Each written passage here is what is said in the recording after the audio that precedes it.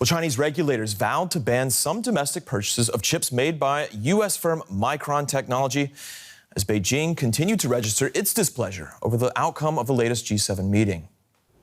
Regulators saying the U.S. company failed a security review, beginning earlier this year, and that Beijing would now prohibit domestic operators of key industries from doing business with Micron. Now, China recently accounted for 11% of Micron's revenue, though much of it in the area of consumer tech. The move follows last week's G7 meeting in Japan, where countries vowed to de-risk their economies from China. George Magnus is an associate at the China Center at Oxford University. He joins me now for more. George, welcome back to the show. Before we talk about Micron specifically, why is it that this G7 communique, why did it get under Beijing's skin? Well, the communique refers to a number of things which were clearly pointed at China. So, for example, among the many paragraphs that were included were those that involved an approach to what they call non-market policies, which is basically how they describe China, in other words, as a non-market economy, about coercion of other countries in terms of trade and commercial policy. They object to or don't like the harmful effects that, quote, some countries adopt with regards to certain sectors like the digital sector.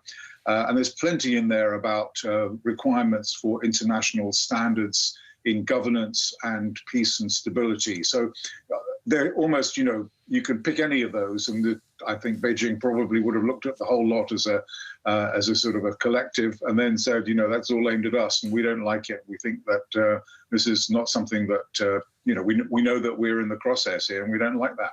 So, yeah. This communique at the end of this meeting, the series of meetings from the G7, this communique says that there is a focus on de-risking, not decoupling.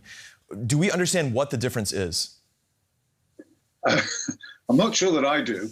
I think de-risking was first invoked really in terms of language by President of the European Commission, Ursula von der Leyen, before she went to Beijing recently with Emmanuel Macron. And it's now become a sort of a word around which the transatlantic powers have kind of coalesced. And certainly that's obviously made it to the G7 in Japan. And so this is now, I suppose, the accepted substitute term for decoupling. But, if you think about decoupling as a process rather than as a switching on a light on and off, I mean, it's a sort of there's a continuum and you can be anywhere on that continuum you choose to be. Whether you're decoupling or de-risking, I don't think it really makes any difference. But I think that what the G7 countries did is they've certainly coalesced around a common language, and the language now is about de-risking, which is suitably vague, I think. Does it make a difference potentially to China? Some have said that with de-risking, it hears containment. Yeah, I don't think, my view would be that in Beijing, they don't really, think about the kind of the niceties about whether it's de-risking or decoupling or disengagement. It's all the same thing as far as they're concerned. However, it's also true that China also has tremendous agency when it comes to doing its own disengagement and decoupling. So it's not a one-sided affair by any means, although sometimes they make it out like it is. On this topic of decoupling, de-risking, whatever we want to call it, we know that Joe Biden has been talking a bit about potential investment curbs, or at least there's reporting that that is among the series of measures that could be introduced when it comes to decoupling. What would that mean for both economies if there is, I guess we don't really know the level of investment curbs, but if there is some more sort of strict regulation on U.S. investment in China? Yeah, I think this is a little bit like closing the stable door after the horse has bolted, because, the Americans already had quite extensive regulations under what they call CFIUS, which is the Committee on Foreign Investment in the United States, which actually scrutinizes foreign investment in America. Now they're going to join that, as it were, with scrutiny over investment flows going the other way. In other words, from the United States to China and presumably other countries. But the flow of investment from the United States into China has already kind of slowed down very, very substantially. It's another example really of disengagement, of reducing the levels of dependence between the United States and China. But also it's true that other countries are becoming a little bit kind of hot under the collar about this kind of thing as well. We know that investment flows between the EU and China, in particular Germany, have not slowed, and if anything, they've actually increased after the pandemic. If we look at the monetary volume, that is, could these moves towards decoupling, derisking, what would this mean for the EU and for countries like Germany, which have been so dependent on trade with China, and in which so many companies are incredibly dependent on China for their bottom line? We see them moving, if anything, deeper and deeper into their relations with China. I'm thinking of big companies such as Adidas, such as Volkswagen. Are we heading to something like a breaking point, or something like a more, I guess, a breaking point, I'd say? Well, it does kind of jar a little bit against the kind of political symphony, shall we say, that we're hearing, from politicians. And in a way, you can kind of understand that. I mean, Europe doesn't really want to, it's not as hawkish in terms of its view with regard to China, particularly as far as business is concerned. And there are many kind of big companies in Europe that are very hostile, even denying the fact that there could be even such a thing as decoupling, which of course is a little bit of a kind of a corporate fantasy, to be honest. But it's absolutely true that large companies have been very protective about their positions in China and do not want to be,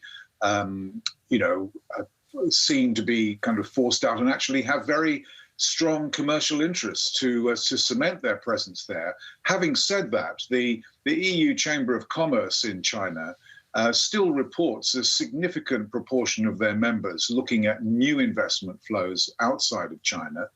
But I just don't think I think that European companies are probably, they think that they may be in a very privileged position to be able to carry on avoiding getting into the crosshairs of whose laws and regulations to follow and whose laws and regulations they can flout.